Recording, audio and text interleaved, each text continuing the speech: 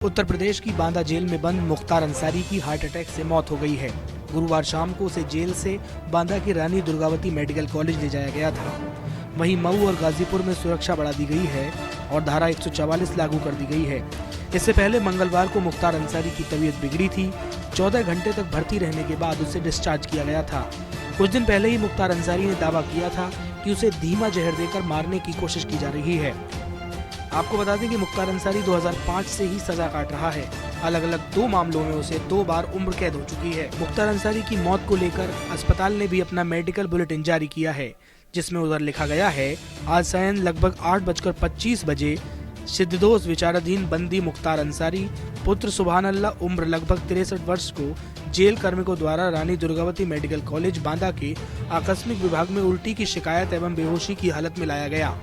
बांदा को 9 डॉक्टर्स की टीम द्वारा तत्काल चिकित्सकीय सुविधा उपलब्ध कराई गई, परंतु प्रयासों के बावजूद कार्डियक अरेस्ट के कारण मरीज की मौत हो गई। बता दें कि इससे पहले सोमवार रात को भी मुख्तार अंसारी की तबीयत बिगड़ गई थी। पेट में दर्द की शिकायत पर जेल प्रशासन ने माफिया को सुबह 3:55 पर मेडिकल कॉलेज के आईसीयू में भर्ती कराया गया था।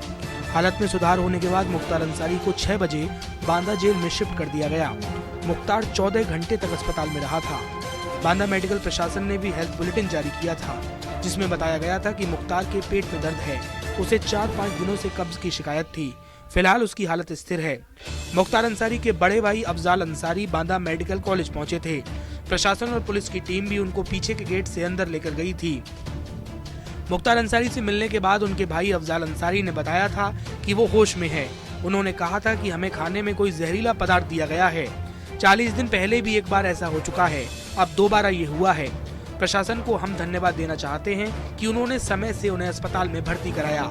जी अभी जो मुख्तार अंसारी ने एप्लीकेशन दिया कि हमारी जान को खतरा है, तो ये किस तरह से क्या कुछ राजनीति? अब देखिए, आज तो अभी हमारे रास्ते में सोशल मीडिया पे एक खबर चल रही है कि बांदा जेल के जेलर और 2 डिप्टी जेलर सस्पेंड कर दिए गए।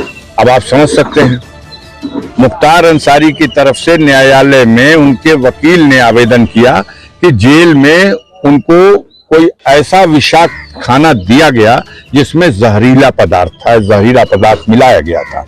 इससे उनकी तबीयत खराब हुई, हालत खराब थी। अपने जो वर्चुअल पेशी पे वो आते थे कोर्ट के, उस पे भी पिछले 2-3 दिनों से तो नहीं आ सके। उनके जगह पे जब जेलर खड़ा हो रहा है तो वो कहता है कि नहीं, वो अस्वस्थ है इसलिए नहीं आ रहे हैं।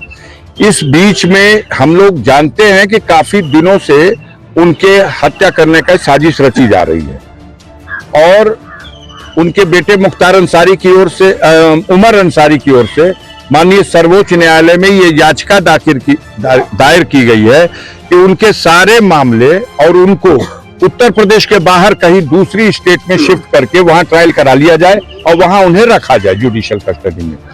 अब उत्तर प्रदेश सरकार को नोटिस जारी हो चुकी है, उसमें कोई डेट भी फिक्स है, उसकी सुनवाई अभी चल रही है। और इधर इन लोगों ने देखा कि ऐसा ना हो कि कोई माननीय सर्वोच्च न्यायालय से आदेश ऐसा हो जाए, तो इस तरह का भी षड्यंत्र किया गया। हमारा मानना है कि मौत का एक दिन निश्चित है, लेकिन शैतान कोशिश तो कर सकता है और तमाम तरह की उनको मिटाने की, उनकी हत्या करने की कोशिशें हो रही हैं। उसके पीछे एक बड़ी वजह, जो सबसे जरूरी वजह है, वो ये है कि ब्रजेश सिंह जो हैं, उनके खिलाफ 15 जुलाई 2001 में जब मुख्तार अंसारी पर उसरी में आक्रमण हुआ था तो उनके खिलाफ नामजद अभियुक्त बना करके त्रिभुवन सिंह ब्रजेश सिंह पर मुकदमा दर्ज हुआ था। उसमें गवाही चल रही है।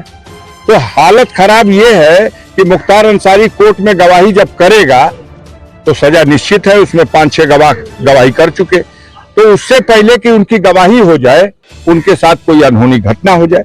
ये प्रयास, ये षड्यंत्र, ये साजिश सरकार और अपराधियों की मिली जुली हिकमत के साथ उनके अधिकारियों के संरक्षण में ये सब अंजाम देने का प्रयास चल रहा है।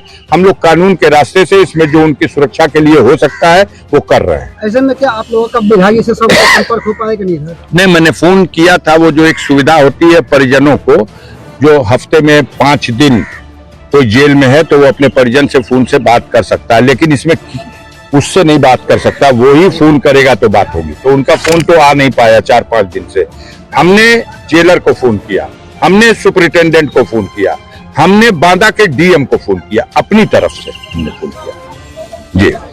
इसका जो आज जो 3 लोगों से सस्पेंड किया गया है, उस कार्रवाई को आप किस नजरिए से देखते हैं? आप उनसे पूछिए। पहले तो उन लोगों ने छिपाने की कोशिश की। सुपरिटेंडेंट का बयान आया, जब न्यायालय से ये कहा गया कि इसकी जांच कराइए, ये क्या है, तो उन्होंने कहा नहीं, इनकी तबीयत खराब थी, हमने मेडिकल बोर्ड बना दिया है और मेडिकल कॉलेज बांदा से डॉक्टर आए हुए थे, कल भी आए हुए थे, आज भी आ रहे हैं और दवा उनकी चल रही है, वो ठीक हो जाएंगे और पहले से बेहतर है। ये सारी बातें कहा और इससे इनकार किया कि ये आरोप गलत है कि उनको जहर दिया गया। लेकिन जब आरोप गलत है तो जेलर का सस्पेंड होना साधारण बात नहीं है। 2 डिप्टी जेलर का सस्पेंड होना साधारण बात नहीं है। जिनकी देखरेख में खाना बनता था, जिनकी देखरेख में खाना चख करके तब उनको दिया जाता था, उन लोगों का सस्पेंड होना तो प्रथम दृष्टया ये साबित करता है कि आरोप सही था। अब माननीय सर्वोच्च न्यायालय में ये बात जा रही है, देखिए वहां से कुछ होगा। सांसद जी, बड़ा सवाल ये उठता है कि जब जेल के अंदर जेल मैनुअल के अनुसार हर चीज चेक हो जाती है, तो जहर जो है कि पहुंचा कैसे वहाँ पे? नहीं, कहा आपसे, जब पूरी मशीनरी लगी हुई है एक व्यक्ति को समाप्त करने के लिए, तो ये सब तो षड्यंत्र है। इससे पहले भी उनकी हत्या करने की अनेकों बार कोशिश की गई, कभी बम से उड़ाने की कोशिश की गई, कभी गोलियों से भूनने की कोशिश की गई। बिहार का एक दुर्दांत अपराधी लंबू शर्मा पकड़ा गया था आगरा में, वो भी गया था टिफिन में बम लेकर के कि उड़ा देंगे बम में। मिलने के लिए आया था कि मेरी माँ की आंख का ऑपरेशन कराने के लिए सहायता दे दीजिए, और उन्होंने चिट्ठी लेके आकर के और उनके अकाउंटेंट से वो पैसा भी ले गया अपनी माँ का ऑपरेशन कराने के बहाने से। और बाद में आया कि मेरी माँ का ऑपरेशन हो गया है, उसने आपके लिए खीर बना के दी है खाने के लिए। और जब मिलने के लिए जाना था तो टिफिन के एक डिब्बे में खीर थी और दूसरे डिब्बे में बंद था।